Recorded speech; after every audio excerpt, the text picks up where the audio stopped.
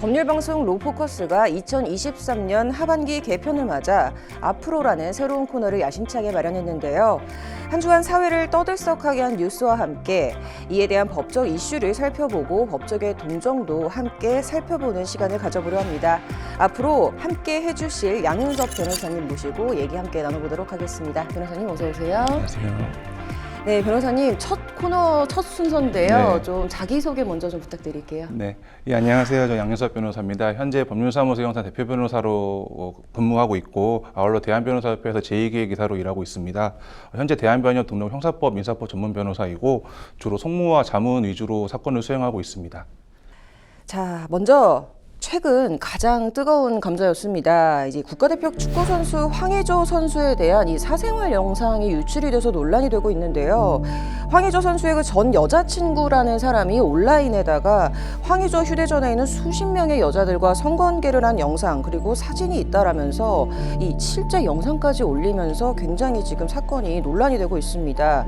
이를 두고 이런저런 말들이 나오고 있는데요. 오늘 먼저 이 사건 한번 정리해 보도록 하시죠.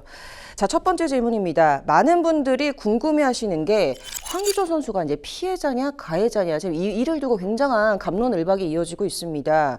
법조계에서는 황의조 선수와 이 전 연인이라고 주장하는 영상 유포자 중에 누가 피해자라고 보시나요? 네, 현재 황의조 선수가 유포자를 형사 고소하였기 때문에 구체적인 사실관계는 수사 결과를 지켜봐야 할 것으로 보입니다. 다만 현재까지 황의조 선수는 도난당한 휴대폰에서 촬영물들이 유출이 되었고 유포 관련 협박을 받았다는 입장입니다. 이 황의조 선수의 주장처럼 이런 촬영물들이 합의하에 촬영된 것이라면 현재까지 황의조 선수에게 적용될 위법사항은 없는 것으로 보이고 오히려 이러한 영상 유포로 인해서 성범죄 피해자에 해당한다고 볼 수 있을 것 같습니다. 네. 일단 뭐 수사 상황을 좀 지켜봐야 될 것 같은데 뭐 아직까지 좀 표면적인 상황을 지켜봤을 때는 황의조 선수가 약간 피해자에 가깝다라는 말씀이신 것 같고요. 자, 지금 또 논란이 되고 있는 거는 이제 이 영상에 대한 유포된 영상이 불법이냐 아니냐에 대한 여부입니다. 이 불법 여부를 판가름하는 게 바로 이제 황의조 선수가 상대방의 동의를 받았는지 이게 지금 쟁점이 되고 있는 거잖아요. 이걸 어떤 기준으로 이제 수사기관이 동의 여부를 판단을 하는지가 좀 궁금하고요. 만약에 이게 동의 없이 불법적으로 촬영을 했다면 황의조 선수의 처벌은 어떻게 될까요? 네, 일단 황의조 선수는 이러한 촬영물들이 불법 촬영이 아니라 상호 합의하에 촬영된 것이라는 입장입니다. 만약 상대방의 동의를 구하지 않은 불법 촬영물이라면 성폭력 범죄 처벌 등에 관한 특례법 제14조 제1항에 의해서 7년 이하의 징역 또는 5천만 원 이하의 벌금에 처하게 될 것입니다. 이러한 촬영 동의 여부는 보통의 경우에는 상대방이 카메라를 바라보는지, 촬영 전후의 대화, 카메라가 놓여있는 위치, 카메라의 고정 여부, 촬영자 사이의 관계 등을 종합적으로 판단하는 것이 일반적입니다. 불법 촬영 피해자가 촬영자를 고소하는 경우에는 제가 방금 말씀드린 바와 같은 사정들을 통해서 영상을 이 불법 촬영물인지 여부를 판단하는 경우가 대부분인데 이 사건 같은 경우에는 유포자가 따로 존재하고 촬영물들의 당사자가 또 따로 존재하기 때문에 수사기관이 촬영 상대방을 참고인으로 소환해서 이러한 촬영물들이 합의하에 촬영한 것인지 여부를 조사하는 방법으로도 확인이 가능할 것 같습니다. 네, 뭐 몇 가지 기준들이 있기는 하지만 좀 사실 이렇게 판단 여부를 가리기가 좀 힘들 것 같기도 해 보입니다. 근데 이 영상 유포자에 대해서 지금 황의조 선수는 나는 모르는 사람이다. 그리고 이제 유포자의 주장은 사실이 아니다. 허위를 주장하고 있다라고 말을 하고 있는데요. 이 실제 유포자가 황의조 선수의 전 연인이 아닌 정말 일면식도 없는 제3자라면 이게 좀 처벌의 차이가 있는 건지 또 게시물의 내용이 진짜 황의조 선수 말대로 허위일 수가 있는 걸까요? 이 유포자가 전 연인인지 여부는 촬영물 유포로 인한 처벌보다는 유포글이 정보통신망법상 사실적시 명예훼손인지 허위사실적시 명예훼손인지를 판단하는 데 있어서 유의미할 것으로 보입니다. 설사 유포자가 전 연인이더라도 황의조 선수와 다른 여성들의 촬영물을 유포하였다면 이러한 행위는 다수의 피해자를 발생케 한 행위이기 때문에 처벌의 정도가 더 무거울 것으로 보여집니다. 허위 게시글인지 여부에 관해서는 황의조 선수가 즉각 법조 등에 나서며 고소장을 접수하고 현재 고소인 조사까지 받은 뒤 출국한 상황이기 때문에 수사 결과를 좀 지켜본다면 조만간 이러한 게시글이 뭐 사실인지 허위인지 여부에 대한 진위 여부를 알 수 있을 것 같습니다. 네, 지금 해당 사건 논란을 가지고 굉장히 이런저런 말들이 많이 나오고 있는데요. 일단은 수사 상황을 지켜봐야 될 것으로 보입니다.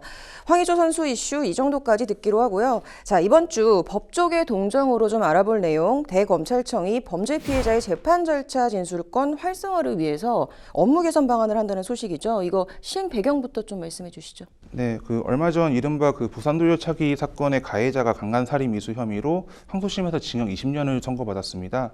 이 사건을 좀 계기로 해서 형사재판에서 범죄 피해자의 목소리가 소외되어 왔고 피해자가 재판 결과를 불복하는 방법이나 재판 중에 의견을 개진하는 방법 등 형사재판 전반에서 피해자의 참여권을 좀 실질적으로 보장해야 한다라는 목소리가 점차 커지고 있는 상황이었습니다. 네, 참 취지가 좋은 것 같은데요. 구체적인 좀 실행 내용 어떻게 될까요? 먼저 검찰이 살인이나 강도, 성범죄 등 중대범죄를 기소할 때에는 피해자들을 직접 만나거나 전화, 문자 메시지로 재판 절차 진술권의 내용 및 절차를 설명하고 진술 의사를 확인하기로 하였습니다. 그리고 피해자에게 사건 결과를 문자로 안내할 때에는 과거에는 결과만을 안내하였는데요. 네. 이제부터는 결과를 안내하는 문자 메시지 뒤에 재판 절차 진술권에 관해서 상세한 안내 사항들을 함께 발송해서 피해자가 진술하거나 진술서를 제출하도록 하였습니다. 네. 아무래도 이제 이런 재판 절차 과정에서 피해자 보호가 좀 더 두터워질 것으로 보이는데요. 좀 이로 인한 향후 뭐 효과나 기대가 되는 것들에는 뭐가 있을까요? 예, 저도 관련 회의에 참석해서 여러 의견을 좀 개진했었는데요. 이런 피해자는 보통 피해 사실을 수사기관에 진술한 뒤에 가해자가 재판을 받게 된다는 소식을 듣기까지에는 짧게는 6개월, 길게는 1년 이상 기다리게 됩니다. 그 사이 이 피해자의 심리적인 것이나 신체적인 것, 경제적인 상황들은 달라지기 마련이고 더 악화되는 경우도 많습니다. 그러나 피해자는 재판 절차 진술권의 의미나 절차를 몰라서 이러한 사실들을 법원에 알리지 못하였던 것이 현실입니다. 이러한 진술권 활성화를 통해서 판사는 재판할 당시의 피해자의 구체적인 상황, 가해자에 대한 엄벌 의사, 2차 피해 여부 등을 확인할 수 있게 되므로 형량을 정함에 있어서 피해자의 사정들을 좀 더 실질적으로 반영할 수 있을 것으로 기대됩니다. 그리고 검사도 피해자가 엄벌을 바란다면 이러한 의사들을 반영해서 판결에 대해서 적극적으로 항소할 수 있을 것으로 기대가 됩니다. 네, 정말 좋은 취지의 내용인 것 같고요. 자, 오늘 앞으로 코너 첫 시간이었는데요. 알찬 소식 전해주셔서 감사드립니다.